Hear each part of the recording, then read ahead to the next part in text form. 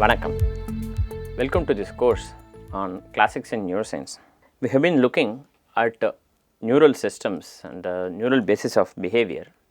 In the last video, we looked at the hypothalamic-hypophyseal system. In this video, we will continue that discussion and look at the hypothalamic-adenohypophyseal portal system.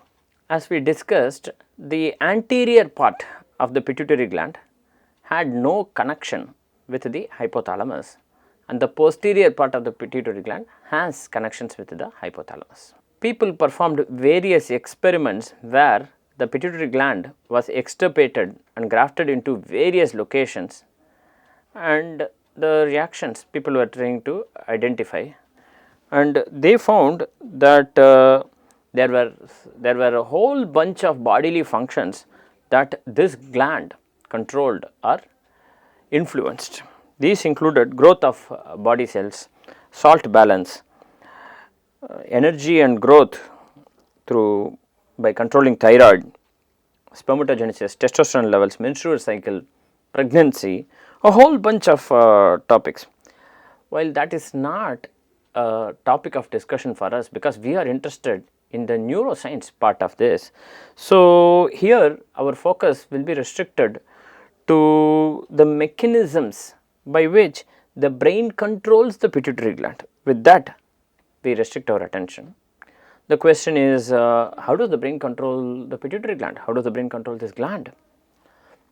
So, it was David Rioch and his colleagues in 1940s who came up with the standard nomenclature to identify structures and regions within the pituitary gland. So, the pituitary stalk protrudes from the hypothalamus, where it gives rise to hormone secreting cells of the adenohypophyses within the pars distalis.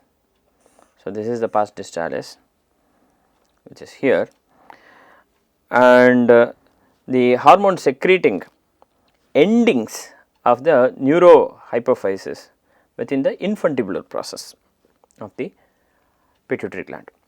So, blood vessels were found on the pituitary stalk by Rayner and Popa in the 1930s studied this and concluded that these vessels, they terminate in capillaries in the hypothalamus and in the adenohypophyses. But the question was, in which direction does the blood flow?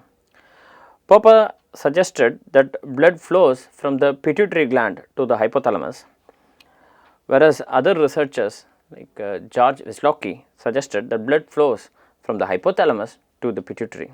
It was Jeffrey Harris from Oxford who carried out a whole bunch of studies in the 1930s to search for evidence for the direction of the blood flow, and that included direct microscopic observation of the flow of blood.